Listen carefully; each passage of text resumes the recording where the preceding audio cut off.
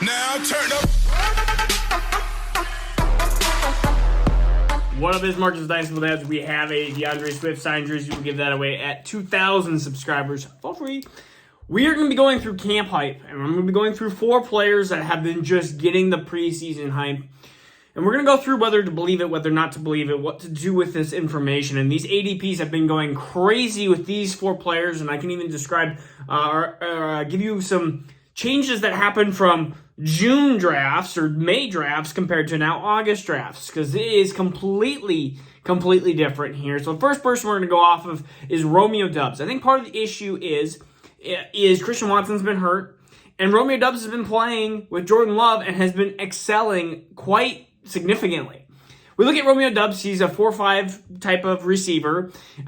He's a non-early declare, which we hate non-early declares. We look at the early declares versus the non-early declares, and we see the difference between that type of production, and it's very drastic when it comes into the next level, the NFL level.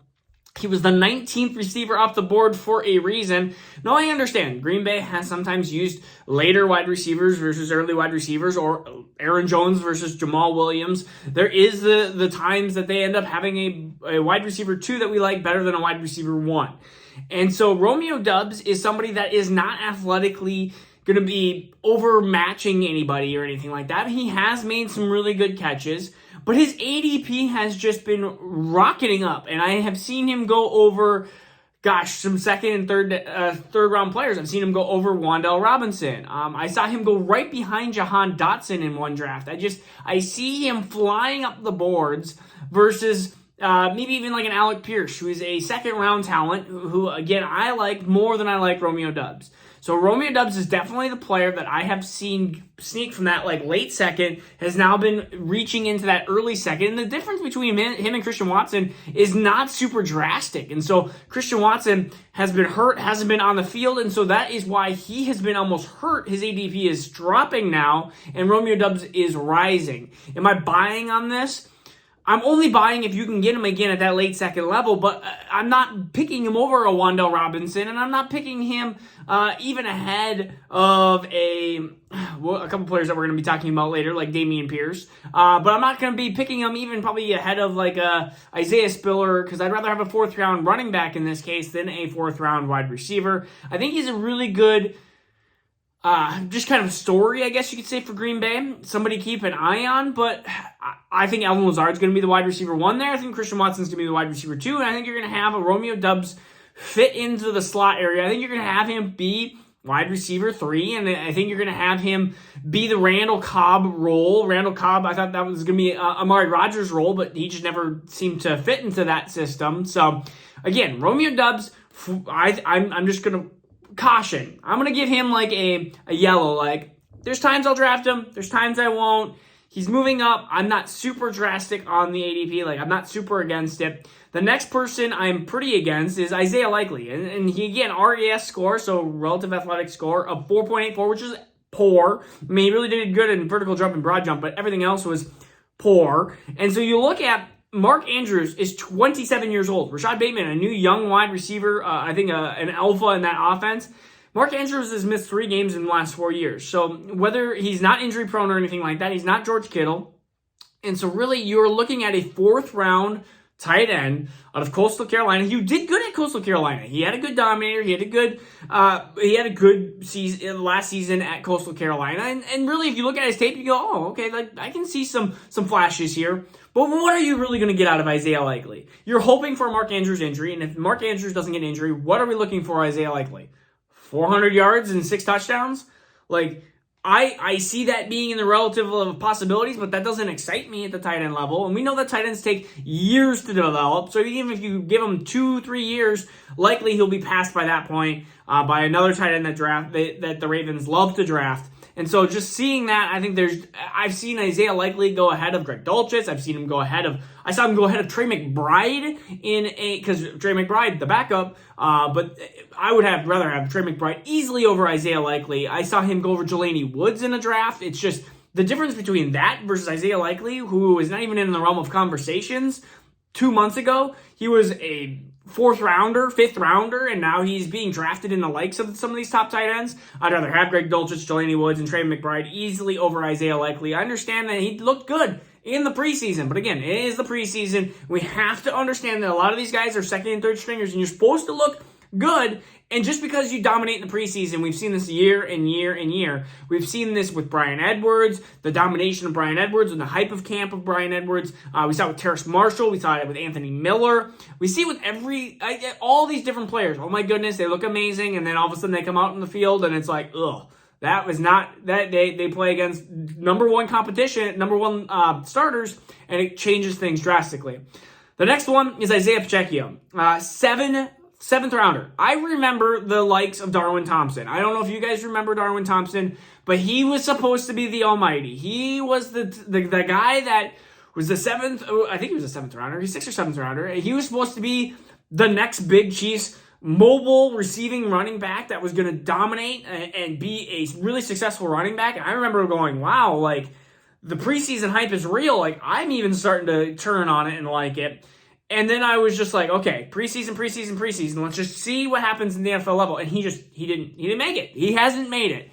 And so I see a lot with Isaiah Pacheco. I remember I saw some people in redraft drafting him high. In Dynasty, he's flying up the boards. I mean, he's going ahead of some of these fourth, fifth rounders just because he's on Kansas City. And I see Isaiah Pacheco as a third stringer. I mean, he's going to be behind Jerick McKinnon. He's going to be behind CEH, who's the clear starter right now. And really, you're getting a guy from Rutgers who had 729 rushing yards. I understand that team was horrible. And a guy who is maxed out on 19 receptions. He has a really cool number. It looks like, I mean, we have a short guy who, again, looks kind of fast and quick in practice and stuff like that. You're like, oh, hey, it's got Tyreek Hill's number. Like, that looks cool.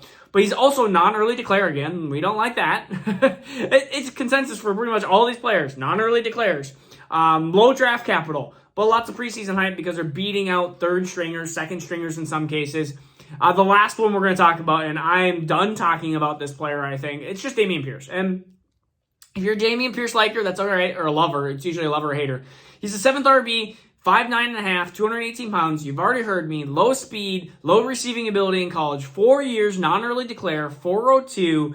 Trying to think what else you want me to talk about when it comes to Damien Pierce. Let's just go in a perfect world that he's the RB1 right off the bat, which Lovie Smith has not guaranteed that.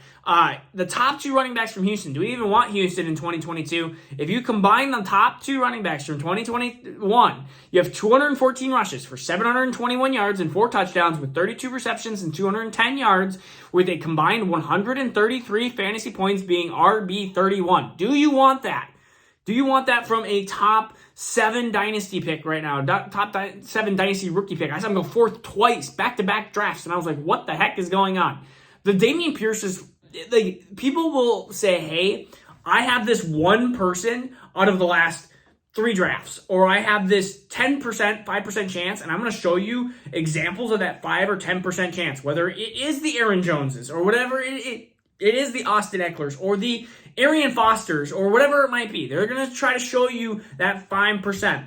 I'm saying look at the other 95% that fail with that. And so I see all these low athletic profile, and I see non-early to declare, poor draft capital. I see poor receiving, at least in college, or at least at low target share.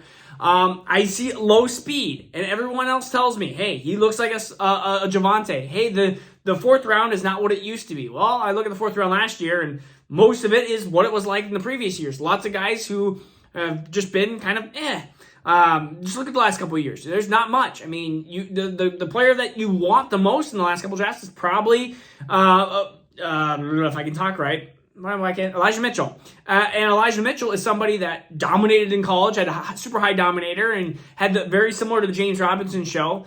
Damien Pierce, was he just neglected at Florida, or what's going on there? And so Damien Pierce is somebody that I am personally staying away from. I am totally admitting that the first year could look pretty decent for Damien Pierce. Let's just say he gets 1,000 yards, even a little bit more than 1,000 yards. He's going to need a little bit more than 1,000 yards to be an RB2, and he gets like 7, 8 touchdowns. He ends up being RB20. He ends up following the Marlon Mack role. How about like that? That could be good. But I think long-term, again, you see the last few running backs And you look at again, Elijah Mitchell, they drafted Tyron Davis-Price, and they had Trey Sermon. So you look at James Robinson, they drafted Travis Etienne. And I'm trying to think what's the other running back that I can't think of that was dominating in the back half. Why can't I think of it? Okay, well, there's another running back that it seems like they want the replacement, and there's a ton of running backs in that 2023 class. Houston is likely to draft a better running back than Damien Pierce next year. Even if he does great, it is shown that teams, especially teams in the fourth round, are willing to just be like, you're a fourth rounder. We'll just draft somebody better. Or we'll draft a second rounder. Or we'll split you. So Damien Pierce goes from maybe a full workload on a poor team to now he might have a little bit better team, but half a workload with the upcoming rookie. Michael Carter was the other one. Michael Carter, now you have Breece Hall. And so they drafted in the exact same spot. I think they're different running backs, but I had the same exact concerns from Michael Carter, who I was not nearly as high on as most people because I loved his tape. Everything else told me stay away. And so, Damien Pierce, I like his tape. Everything else is telling me to stay away. I think I've done a short on Damien Pierce. I think I've done plenty of videos on Damien Pierce. You know my love, you know my hatred towards Damien Pierce, which is not like I hate him a ton. I saw him go ahead of Garrett Wilson and Treylon Burks. And I saw him go ahead of Christian Watson and Sky Moore and Chris Olave and Jameson Williams. And I'm like, what are people doing? Like, people are just desperate for running back help right now. So again, this is Marcus Dynasty Dads. Peace out. We'll see you again tomorrow.